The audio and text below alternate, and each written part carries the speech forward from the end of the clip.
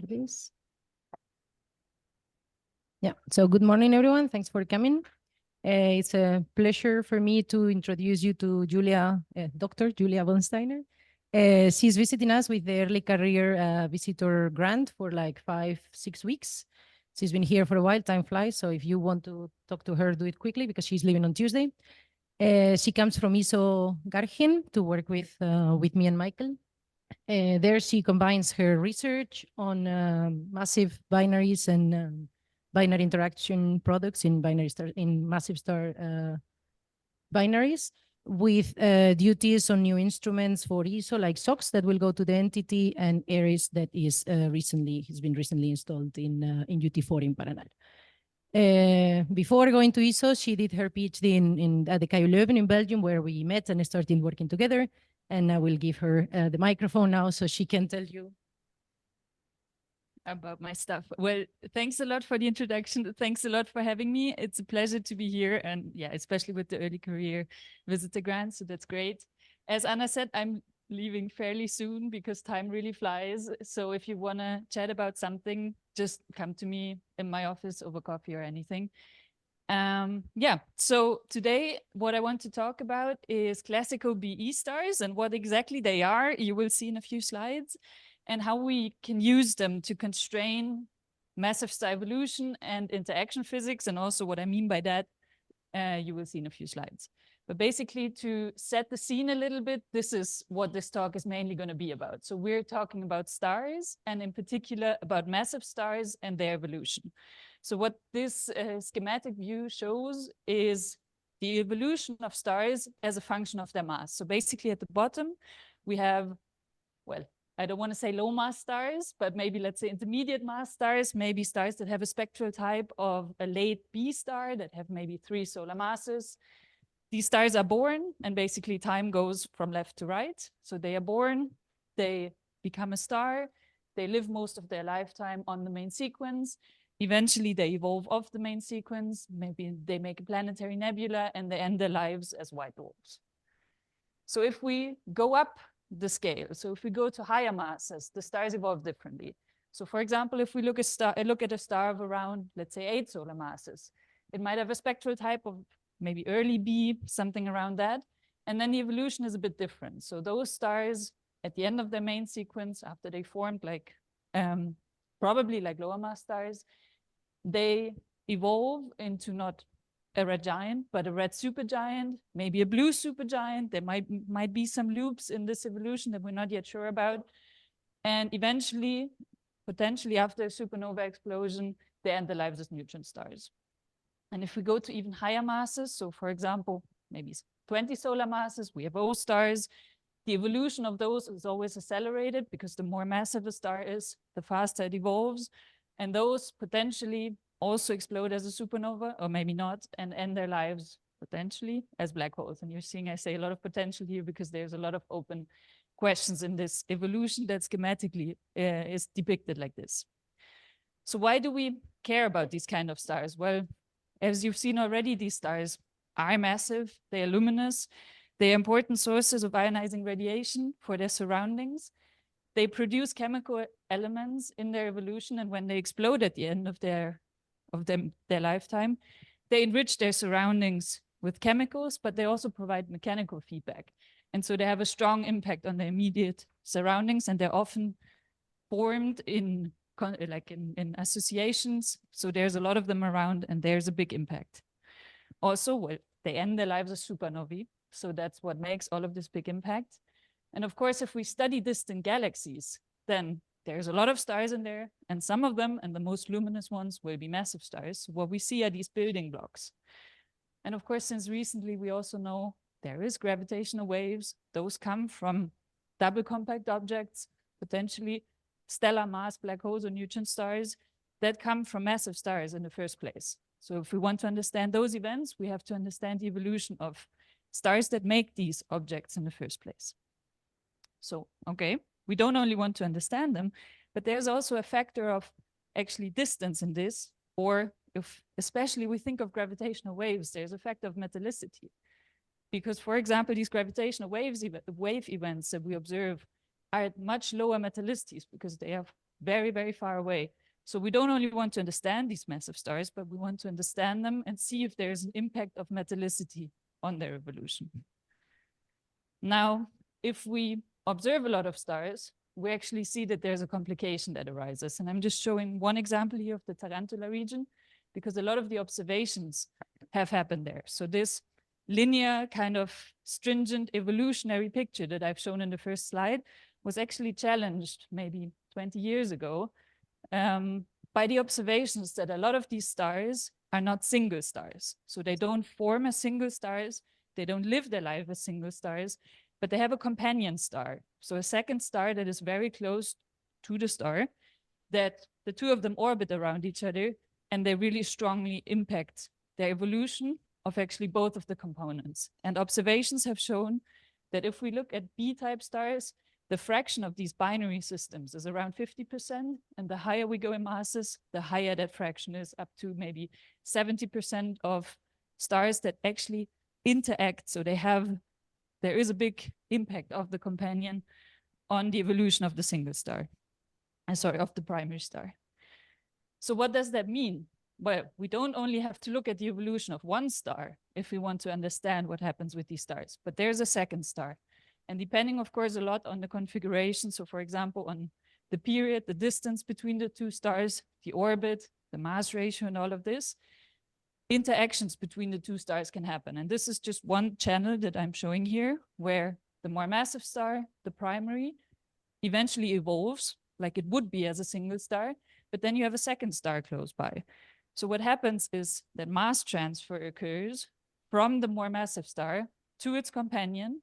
So it can happen that the envelope of this star is stripped, as you can see here.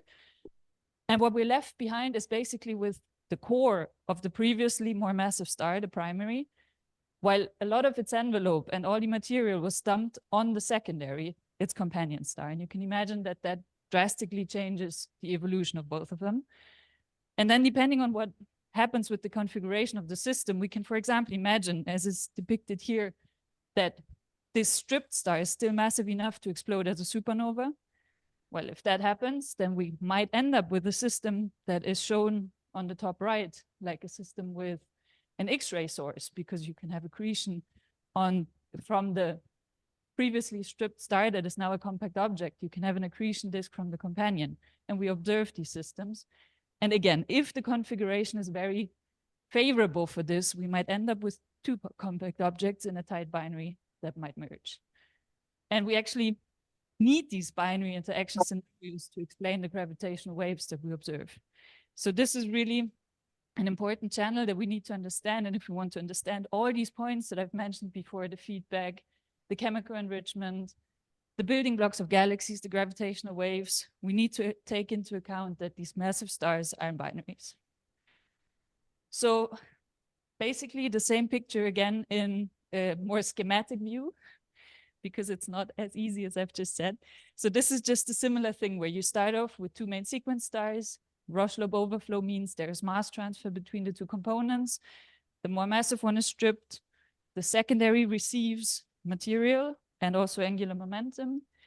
And then depending on the system might be broken up, because the more massive one explodes as a supernova. There could be a B X-ray binary phase. There could be more complicated phases of reverse mass transfer and all of these things until we end up with a gravitational wave merger. And I'm just showing this to illustrate, basically this is the theoretical view that we have. We have a model and we have ideas of how this could work, and our observations tell us mostly, well, we have a very good picture of the initial conditions. We have observed, at least in our local environment, a lot of these systems where we have two binary stars that are pre-interaction, so there's not much that has happened yet, but we understand how many there are. We know the distribution, for example, of the periods, of the other orbital parameters. And we have a fairly good observational picture of this.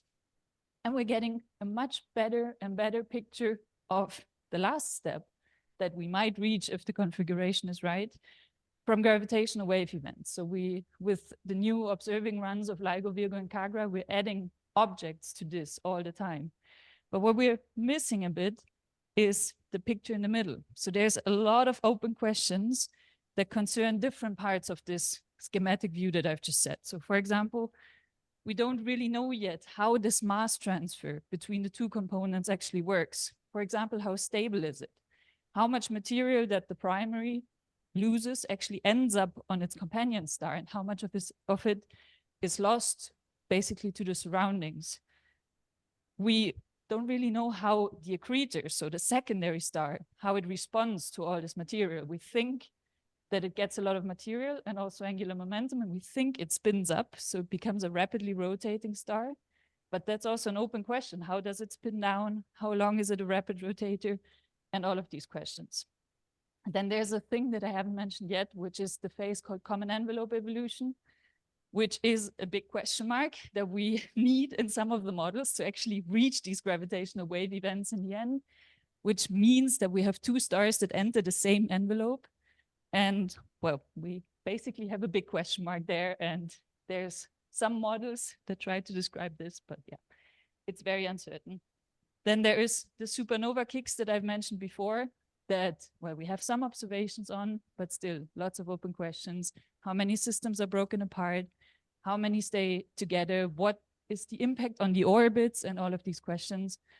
And then there's something that I also haven't mentioned yet is what happens if the two stars actually go into a common envelope? What if they merge? Then, well, we end up with probably a single star. Would we be able to tell it apart from a single star that we observe? So that's also really an open question that from an observational point of view is not straightforward to answer. So for the rest of the talk, I want to focus on basically an observational probe that I think we can use to answer some of these questions at least. And for that reason, I've circled all these accretors in the schematic view over here, that you can see that a lot of these open questions concern the in-between phases. And we think that there's a certain type of star, namely the accretor, that should be present in all of these systems. And maybe we can observe that object and we can learn something about all these intermediate stages and all the physics that happen there in the open questions that we have. So now the question is, what do we think these stars look like? So as I said before, the accretors, we think from the models, receive material, receive angular momentum. So they should be rapidly spinning stars, so stars that spin around their own axis. Okay, so from an observational view, we have these kind of objects in the group of massive stars that we observe. And those stars are called classical BE stars. So the observational idea of these stars is we see that they have strong emission lines. So there's basically 4 spectra here. The spectrum of a normal B-type star, like a normal early type star, and its H-alpha line, where you can see strong absorption. And then on the right, there's 3 spectra of 3 different BE stars that show strong emission that basically only differ from the viewing angle. So the idea for these BE stars is they're rapidly rotating, and they're rotating so fast that they are basically not spherical anymore, but they are oblate. And due to this oblateness, probably due to other processes as well, they eject material into a disk around them. So the idea is rapidly rotating, so there must be a lot of angular momentum. And this disk leads to this really strong observational signature that is, as you have just seen, very easy to pick out from normal B-type stars. And then depending on the angle that we look at those, we get a slightly different signature, but we have these emission lines in the spectra.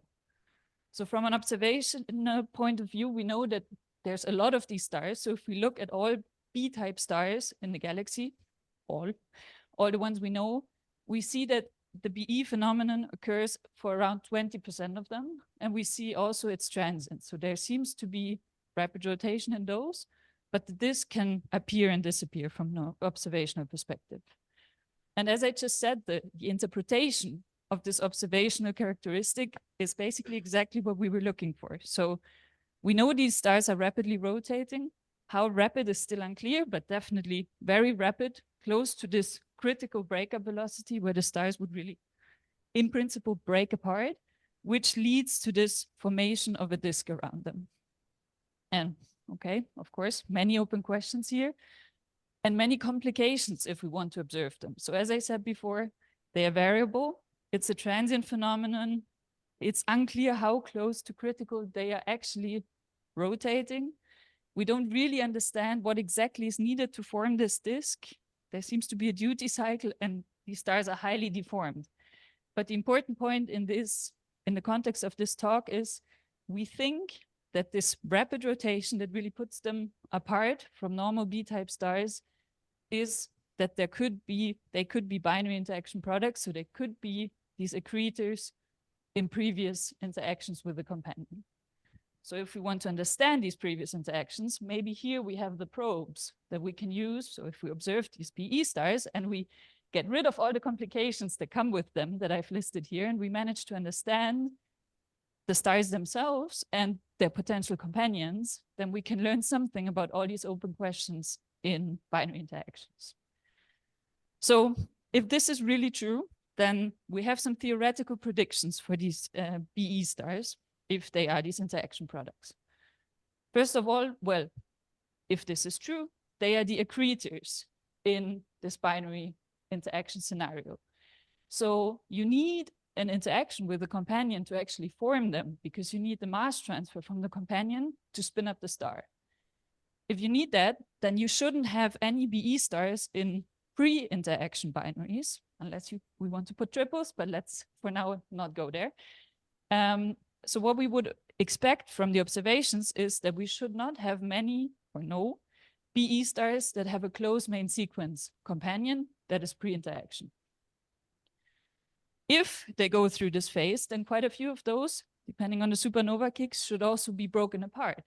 So we should have quite a few BE stars that are so-called runaways, so stars that were in binary systems and were broken apart and that move with a high space velocity because the system was disrupted when the previous more massive companion exploded as a supernova.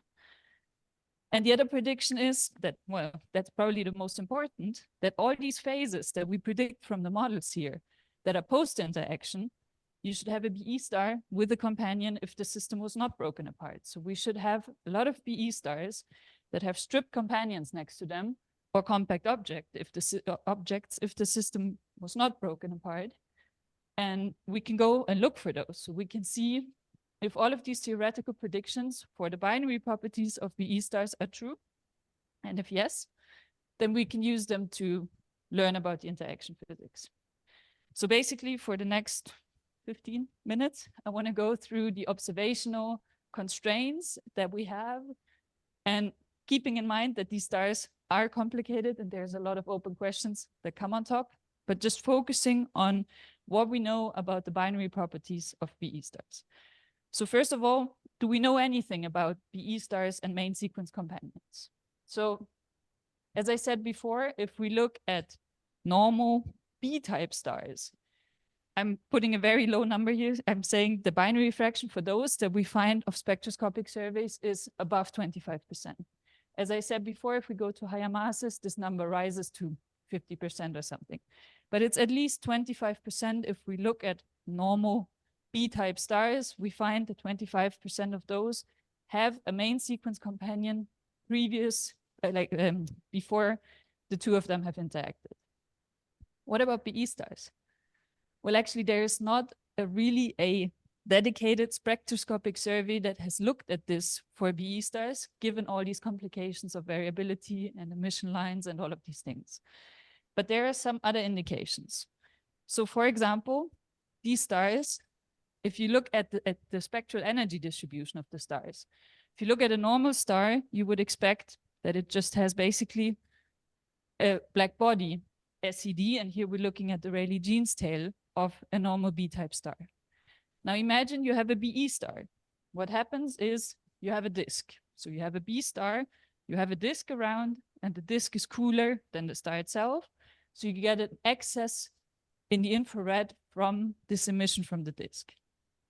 Now, what if we have a companion there too? Well, then the idea is that you have I don't know what happened with the little schematic, but basically you have a BE star and a companion.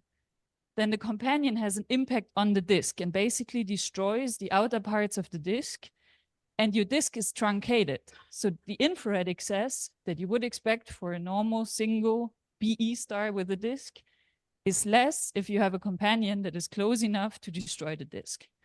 And this observation was actually done in quite a few BE stars, that you can get an indirect idea that there is a companion next to the BE star, because this disk that you see in the spectral energy distribution of the star is truncated, and you have a drop down in the SED that indicates that there is something that destroys the disk. So basically this observation tells us, well, there is companions to BE stars. Now the question is, what are they? And basically, as I said before, there's no real study that has looked into this on larger scales. So what has been done for a lot of these stars is that they were studied one by one in detail, and a few others have been maybe looked at with one spectrum. Someone has said, well, there is an emission line, it is a BE star, but there is not that much known about the binary properties or the companion of these stars.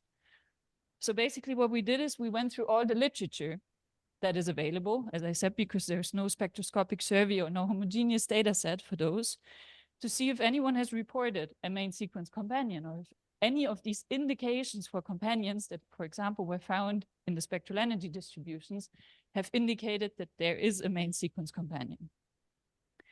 The result is no.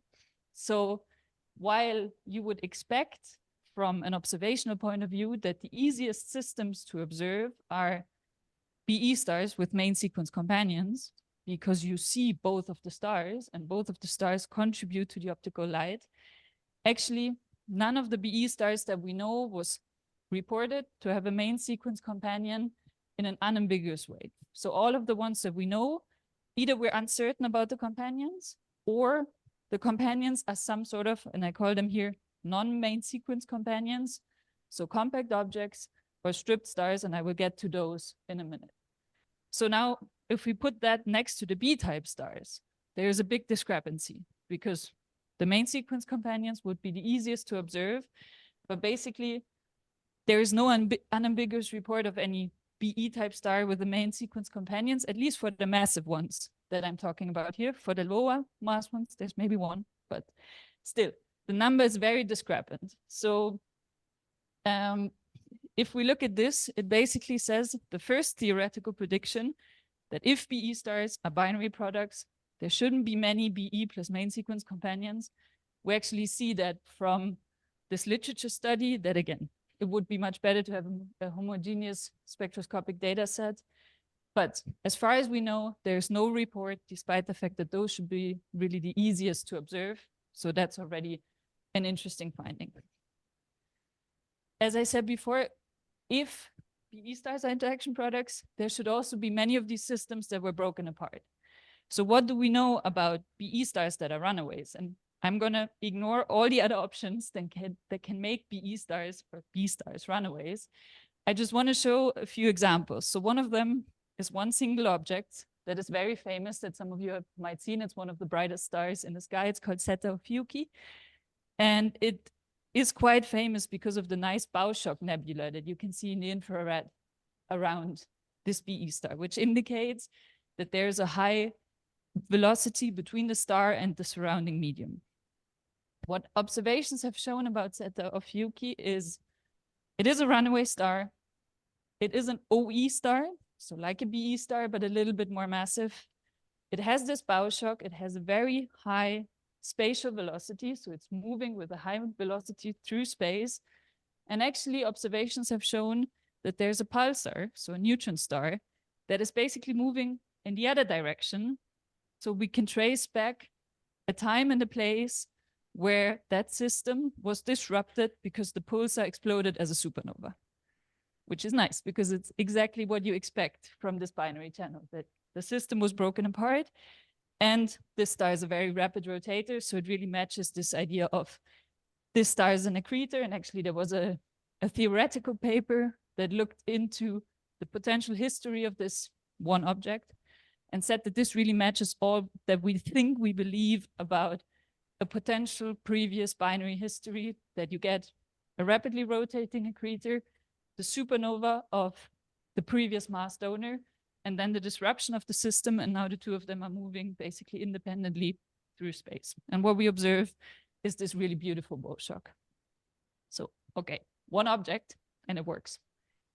There's also a paper that looked at basically the entire BE star population using Tycho and Gaia data. It's before DR2 and DR3, so it's using Gaia DR1.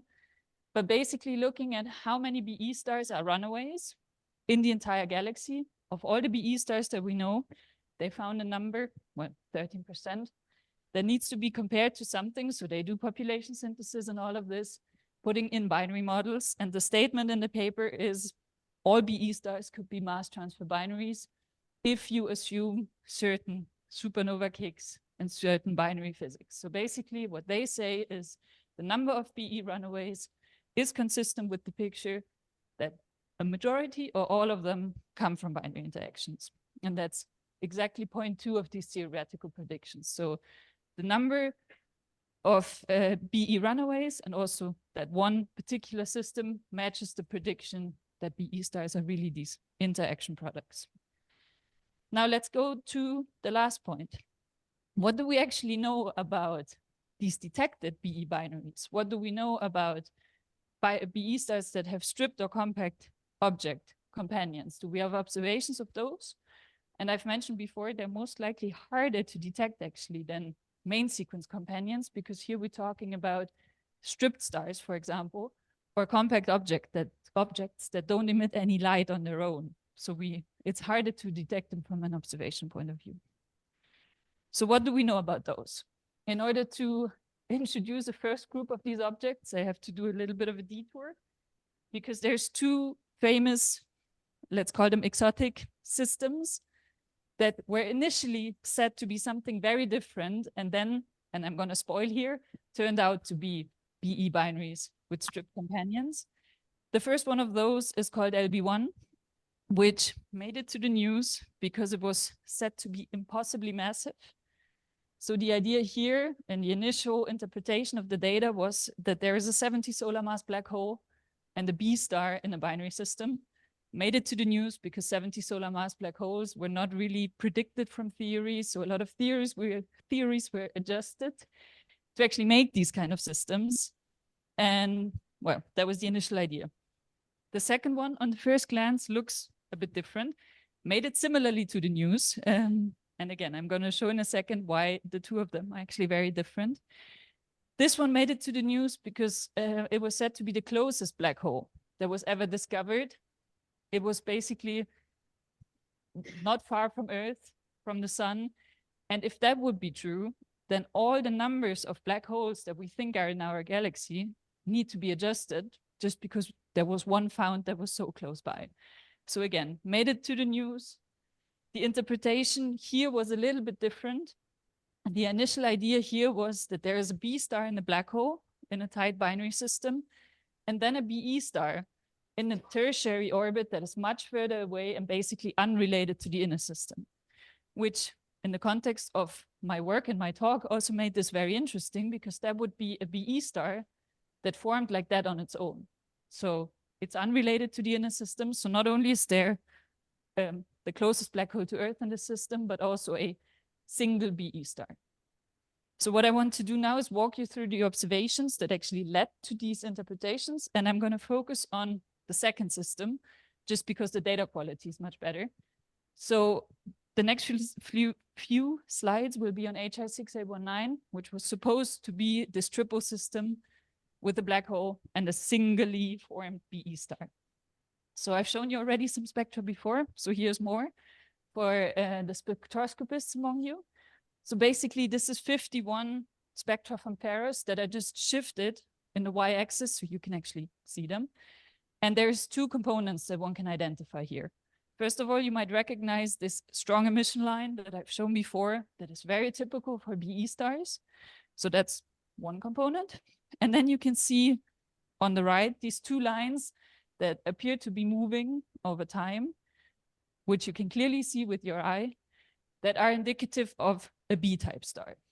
So the initial interpretation here was, we see a B star that moves a lot, and we see a BE star that is basically not moving at all. And if we put in usual masses for these kind of stars, that doesn't work out, because you would assume that if you have a B and a BE star and they have similar masses, and they are in a binary system together, you would expect the two of them to move around each other if they have similar masses, which is clearly not the case. So the interpretation was there must be another object that is massive, that the B star is moving around, that we do not see in the spectra, and that makes the B star move, while the BE star is unrelated on the time scale of the spectra that were taken, is basically not moving at all. So it must be on a further out, tertiary, unrelated orbit. Okay, interpretation number one.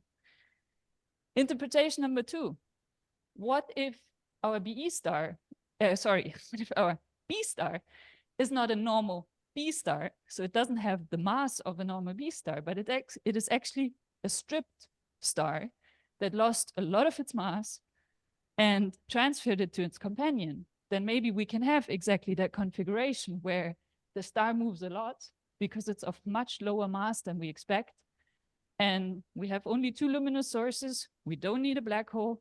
And the BE star doesn't move that much because the B star is just not massive enough. Luckily for this system, this is really an observational scenario that we could test easily. So the predictions here are, in both interpretations, you have two luminous sources, but the separation on the sky of those two is very different. So in the first one, the BE star is very far away from the B star, so it's on a very long orbit. And the prediction we had was that it's roughly 100 milliarc-second on the sky, depending on where in the orbit you are. While the second one is a tight binary of a B and a BE star, where the separation on the sky is only 1 milliarc-second. And given that this system is so bright and so close by, we could actually use VLTI, so the interferometer of the VLT, and the gravity instrument, and also MUSE, but let's focus on gravity, in order to see what actually is the separation of the two sources. And basically, wait, I don't have that figure. Anyways, basically what that showed is that we have two luminous sources that are 1 milliarc-second apart.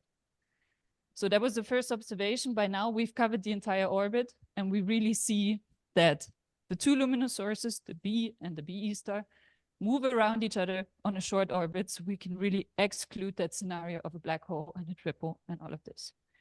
That also means we get very accurate parameters for the components in the system, so we can interpret the system really well. So first of all, we found there is no black hole, and that star that really looks in the spectrum like a B star, from these combined observations, spectroscopy and interferometry, we found that it has less than 1 solar mass. So it looks like a normal B star, but the mass doesn't really match. So what we propose for this one is exactly what I said before, that it is a stripped star that was stripped of its envelope and only 1 solar mass is left. And what I'm showing here is an evolutionary model for how we can get to that configuration only for the stripped component. So not focusing on the accretor, only looking at the stripped star. And basically, let's see if I move my mouse. Yeah. Okay. Yeah, but so basically the star starts off over here and the zero-range-made sequence, it evolves and eventually it enters a phase of mass transfer, rush lobe overflow, that goes basically until here, where the mass is transferred, it's accreted by the companion, and we're left with basically the core of the previously more massive star. And that then starts to contract. So it's basically terminally contracting until it becomes what we observationally know as a subdwarf. So a compact hot core of a previously more massive star that was stripped of its envelope, but we're not there yet. So basically the observations are here, and we're in this intermediate phase where the star is currently contracting, which is why it looks like a B-type star. And this cross here are really the observations of the parameters that we find for the stripped star. So just one system, but it actually teaches us something about the binary physics that led to this one particular BE binary or stripped star system. First of all, we found that we can only get the current parameters of the system if we start off with a very short initial period. So really in this model, we have 2 days initial period of this binary system. And we also find that we basically need fully conservative mass transfer, which means that all of the material that is lost by the primary ends up on the secondary and is secreted, which is one of the very important points. Do you have a question?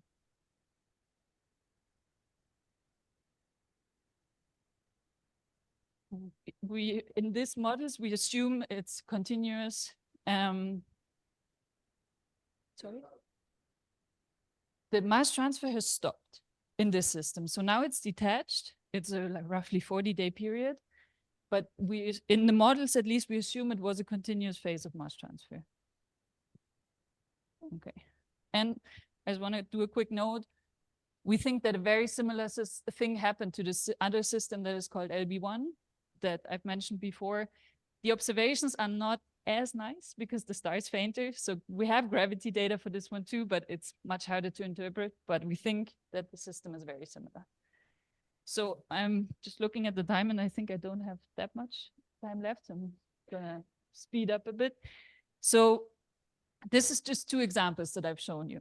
What I want to do now is basically populate this figure, which is a Hertzsprung-Russell diagram that has these evolutionary tracks for stripped stars for different masses already plotted in with all the observations that we have so far of systems that we think underwent this kind of scenario. So there's LB1, there's HI6819, and recently more systems were proposed that a few of them still have some question marks there, whether they're really these kind of systems. But the point I want to make is that we're slowly starting to populate this diagram. And I've said before, we have one system, HI6819, that we can learn something about the binary physics. But if we find more of those, we can actually say something about the whole population and actually if this is the same for all of them. So I want to say very briefly a few things about this later stage in the evolution where the star has contracted already and is what we usually think of as stripped stars. So very compact, I hope I didn't switch it off now. A very compact, stripped, hot object that is really hard to observe in the optical because the temperatures of these are usually 60, 70, 80,000 Kelvin. So this is a figure that shows a comparison between the black body or the spectra or the spectral energy distribution that we would expect from a stripped star, which is basically the underlined blue curve, in a binary system with different companions. So an O9 star, a B1 star, and a B8 star, which are the three other curves. So this is really now looking at these compact, already contracted stripped stars. And basically what this figure shows that it's really hard to find them if they are next to an O or a B star. And that if we want to, then our chances are really more or less in the UV, because in the UV, this star, at least compared to a B1 star over here, has some spectral lines, usually in emission, that we can see at these spectral ranges. And there's quite a bit of work that was done by Luqiang Wang using the International UV Explorer, because, well, we have a difficulty of observing in these wavelength ranges. But using this IUE satellite, a lot of these systems were actually detected. So all of these systems down here that also match really well with these evolutionary tracks and say that basically we're further down the evolution where the star has contracted already, were found in recent papers in the UV. So we really need to go there to find them, but there's quite a lot of systems that we have found. So there's a lot of BE stars that we know that have these compact strip companions and they match the predictions really well. I want to say very few things about the next stage, where we know that there's a lot of BE X-ray binaries. They're very differently to detect because usually they're detected from the X-rays. So it's easier to detect them in that sense. There's roughly 180, I think, that are known in the Milky Way, in the SMC, and in the LMC. And usually all of the ones where we can say something about the companion are neutron stars. There's one system that I have to mention in this context, and also here, that is called MWC 656, that was said to be the one BE plus black hole system, which of course makes it very important, because if it's the only one, then, well, it's an important system. But actually the interpretation was challenged recently, and it was said that also this system might not contain a black hole, but could also be another one of these stripped star systems. So I put a few question marks here. I think it needs more observations to really settle this. But the point is, there are a lot of B X-ray binaries. So in that sense, we can put a tick on the last thing. We know that there's a lot of BE stars that have either stripped or compact companions, which really also matches the predictions that we have for these kind of stars if they are binary products. So to basically go back to the beginning, what can we learn now about all these open questions that I've put up in the beginning? I don't want to say much about mergers or supernova kicks or common envelopes, but at least from the systems that I've introduced so far, we can learn a bit from the handful of systems about the mass transfer and also about the response of the accretor. So I've shown this before with all these systems that have a BE star and either a not yet contracted companion or a BE star and an already contracted companion. And if we look at the orbital parameters, and if we look at the current status, we find that they are mostly circular. And most of them, especially the ones that are still contracting, have really high mass ratios. And if we want to reproduce this with our binary models, we need conservative mass transfer. So that's really the point that comes out from these few systems. And of course, it's few. We need more. There might be observational biases, but that's basically the point that we learn from those. The BE X-ray binaries, as far as I understand, at least the ones in the SMC, which again, different metallicity. But the papers that I found say that those actually need at least somewhat non-conservative mass transfer, which is in contrast to the ones that I've shown so far. But again, I think that also needs more observations and more investigations. But that seems to be the case. Now, I also want to add a few more groups of systems on this plot that also have stripped stars, but interestingly, do not have BE companions. That mostly probably comes from the observations, so how these stars are selected. But basically, the sample I've just overplotted here is a sample of stripped stars detected in the UV, so disfavoring BE stars that were detected in the Small and the Large Magellanic Cloud recently. So those nicely fit the evolutionary tracks. But actually also initial work that was proposed at a conference like 3 weeks ago seems to show that to get those, you also need non-conservative mass transfer. And if we really move up in masses, and I haven't mentioned those stars at all yet, if you move up in masses, you end up at the Wolf-Rayet regime, so really at the massive end. And also these stars seem to point to non-conservative mass transfer in their evolution. So now I've presented the diagram that you can either split in terms of mass, or you can split in terms of contracted or not contracted. And it seems to be that different systems require different kinds of evolutionary pathways to get there. So the whole point is we need more observations, we need more of these systems, and we need to better understand, but this is a route that we can go down. So if we have more of those, we can learn more about the mass transfer, and we can really see if these different boxes that I've drawn here really require different mass transfer physics, for example. And that's just one of the points of the open question that I've mentioned before. So in terms of time, I think it's time to conclude. So basically, from an observational point of view, if we look at these BE stars, what the observations so far tell us that there's really a lack of BE plus main sequence systems, at least for the massive BE stars, that there's a lot of BE stars that are runaways, and also some where we can find the previous companion that has exploded. And we have well, I don't want to say always growing, but a recently quite strongly growing number of BE stars where we can detect a stripped or a compact companion next to them.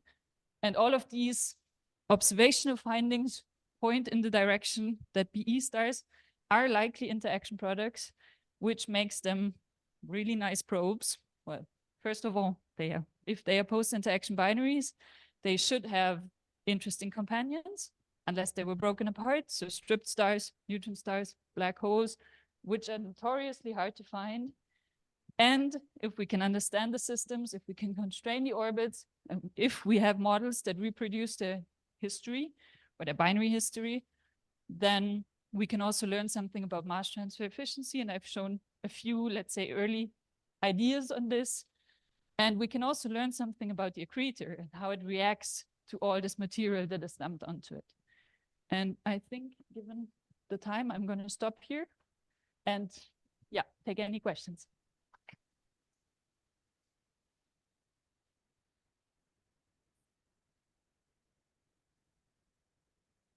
Questions? Yeah, thank you very much, Julia, for this great talk, as usual. So the good news is that we are going to have observation. So thanks to the massive star surveys with WIF and for MOST, there will be a spectra for about 40,000 OB star candidates, and I'm sure there will be many B stars there. And this is something that is easily detected. So now, connected to the interpretation, I have two ideas related to the rotational velocity of the systems that we need to understand to really complement what you say. And I'm sure you've already thought about that, and I wanted to know your opinion. One of them is related, for example, to Zeta Ophiuchi. This is a fast rotating star. This was called OE star at some point, but it has not been OE for many years. So it's I have many of her spectra in the last 7 years, and I haven't seen any H-alpha emission. So what I mean is that many of these stars, as you say, sometimes are not seen as emission. So then this is connected to the fast rotation. Have you done any, or have you thought about what is the impact of including not only the BE stars, but the fast rotators, because not all fast rotators are BE stars, in all the statistics, and what is the impact? This is one of my questions, and then I have another one. I don't know if this... Yeah, okay, yes, definitely, very good point. Everything you said, I agree. So these stars show emission, it disappears, it comes back, maybe not. Yes, we should definitely include also the rapid rotators that don't show emission. So I didn't show the slide now, but I'm trying to build up a spectroscopic survey of these kinds of stars, and we do include the ones that we don't. Oh, then. Okay. Fast forward, yes, definitely, I agree. And we're trying to observe those as well, and especially with WEAF and all of these surveys, we'll have a lot. And yeah, I don't think there is any difference between those. There could be fast rotators that come from other things, but they're equally interesting to look at if they have emission or not. And it's actually much easier to do all the analysis if there is no emission, because the emission really complicates everything, because it's variable and it impacts all the usual standard lines. So in that sense, yes, definitely should be done. Yeah, in this sense, I think it would be interesting to also know what is the percentage of runaways and binaries in the fast rotators. And that, yeah.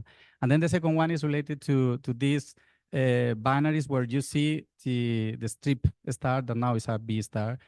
If I understand correctly, these systems are always with H-alpha emission, because you have the B star, and then you have a very narrow line because the strip B star has lost a lot of angular momentum. So is this an indicator of this kind of systems, let's say, no? So also in terms of identifying potential targets of interest from these large surveys is a good indicator, no? Go to B stars where you see then the lines of the B equivalent B star that are narrow, while you expect projection effects apart, they start to be fast rotating, no? So maybe it's a good indicator of those systems. So I just put this up again. A few of those that are shown there do actually not show emission, which is one of the puzzling things. So the HIL 6819 and LB1 do. But for example, the next one, NGC 1850 black hole 1, called black hole 1 because it was thought to be a black hole as well, there is no emission in the system. We don't know if that means there will be emission because the emission is transient, but really what stands out with those is exactly what you said, that you have narrow lines because what we found for the stripped stars is that their rotation rates are basically consistent with 0 as well as we can measure them. So I fully agree whether the emission is there or not is a different question, but the signature of having very broad lines, potentially emission, and very narrow lines that are from these stripped stars, because that's also one of the ideas that they are very slowly rotating, then is a signature to look for, definitely.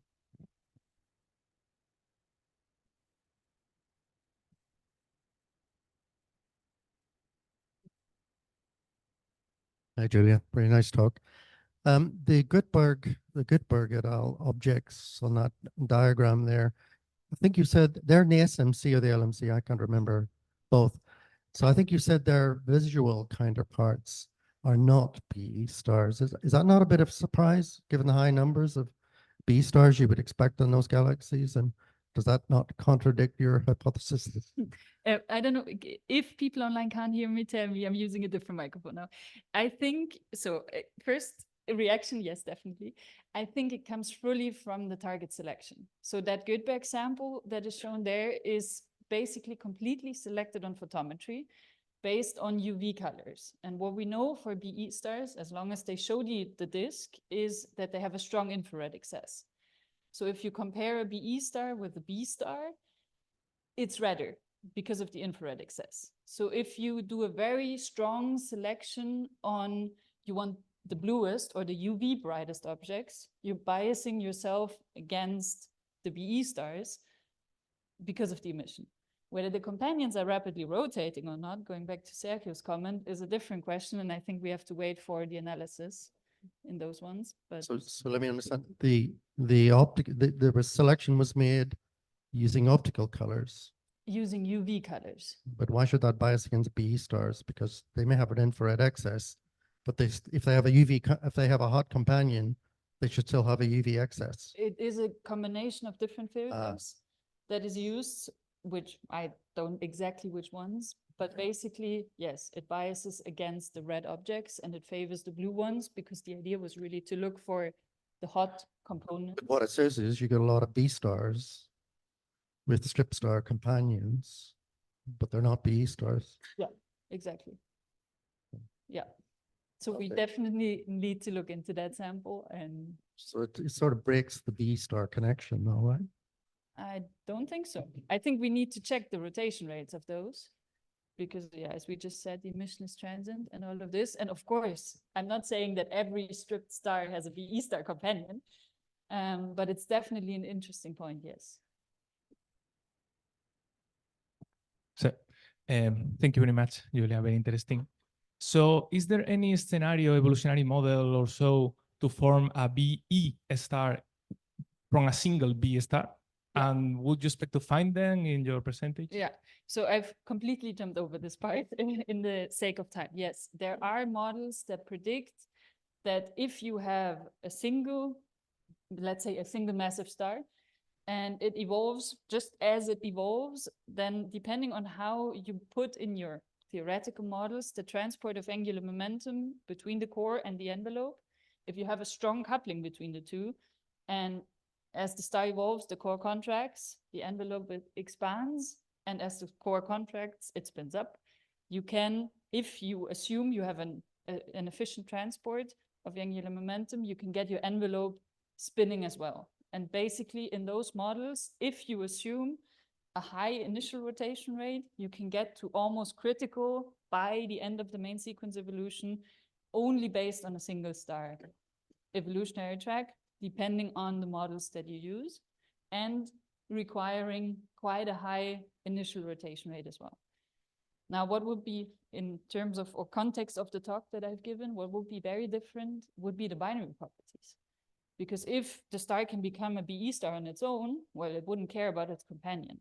So maybe for the closest systems, tide might play a role in synchronizations and whatever, but you would expect that they have main sequence companions, because, well, the star does the BE phenomenon on its own. And that's exactly what, at least the observations we have so far, don't seem to show, which disfavors that idea, but of course doesn't exclude it. And then there is one or two triple systems that we also, like I said in the beginning, I want to ignore those. But of course, if you start with a triple, things become way more complicated, because you can have a binary and a third star, and you might miss that this one was a binary that interacted and made a BE star. And so you can get infinitely complicated, but it definitely works. Since the rest of you can go for coffee with Julia, I'm going to take the question online first. So Dietrich, you can unmute yourself and speak, and I think we should hear you. Yeah, thank you very much. Nice talk, Julia. On one of your first slides, you gave us a list of questions that we still have about BE stars, and to which the binarity can contribute. Yeah. One of them is what, if we are lucky, is the last big mystery of BE stars, namely their duty cycle. Yeah. So what can be learned about the duty cycle of BE stars from their binarity? So I think there's quite a few ideas about this. So the duty cycle basically means, when do we see the emission, when does it disappear, and how does it, well, where and how does it come from? And there is, at least for some BE stars, observations that show that there is a strong, and there's also models, I should say, that show this, that there's a strong impact of the companion on the disk. So basically the companion leads to density changes in the disk and density enhancements and things like spirals in the disk structure because of its presence, basically, and because of irradiation. And so we see that there's an impact of the binary companion on the disk and on the orbital period, and the changes are basically following the period and some of the observations we have. So I think in that sense, if we have more of these observations that show the disk and show how it changes with the orbit and with the companion, we can also learn something about the duty cycle and also disk formation and disk disappearance in that sense. Yeah, because we have the companion that we know impacts the disk. Yeah, but duty cycle I would define as the activity of the central B star. I mean, all of what you have said is right, but it does not explain why the B star sometimes is active and sometimes is inactive. That's what I would call the duty cycle.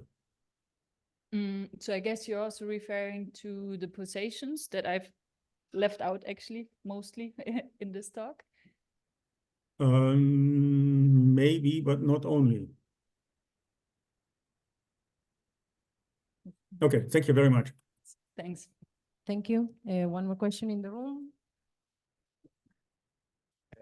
Thanks, Julia. Very nice talk indeed.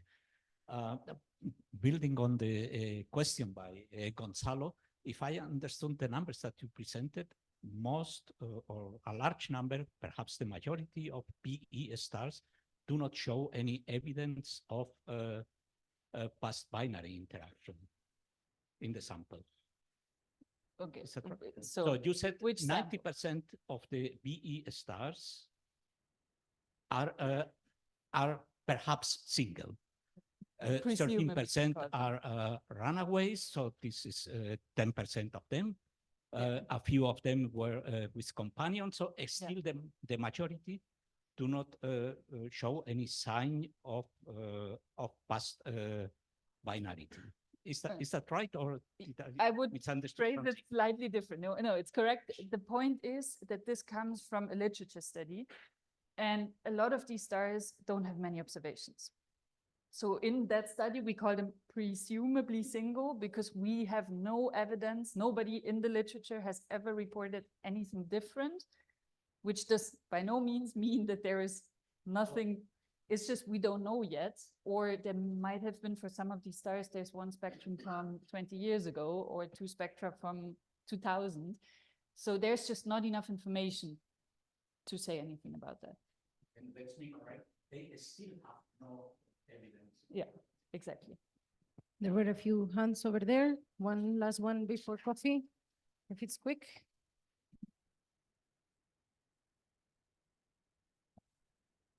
Hi, Julia. Thank you very much.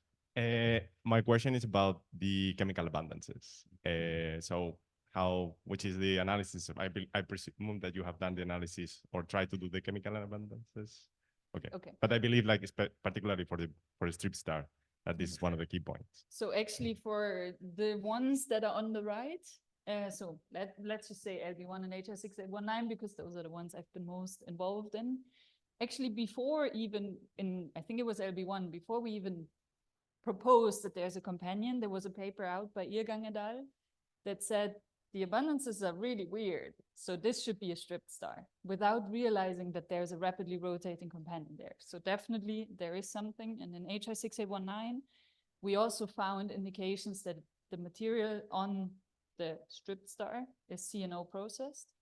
So the abundances are definitely weird. And I think what was the most surprising here is that these stars look like B stars and actually have hydrogen left. So the initial idea before was that you strip the entire envelope. So you strip off all the hydrogen and you're left with basically the core in which you already had nuclear burning. So yes, the abundances are definitely very interesting, and I think a lot of more work should go into those.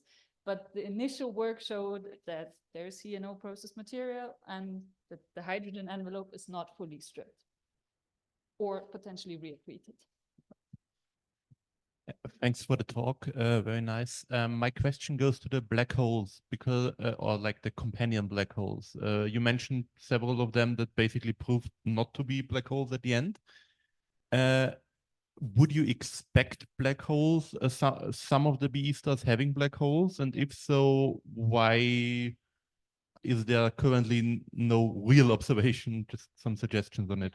So that's a very good question. So theoretical models definitely predict those. And then it goes into, then the question is, what are the numbers, depending on what do you assume, how do black holes form, what initial mass of a star makes which mass of a black hole. But yes, the theoretical predictions say they should be there. And from an, like, let's say a naive point of view, those should be easy to detect because you have a very massive object or a similarly massive object to your BE star. So you would expect to see those. Why they are not there?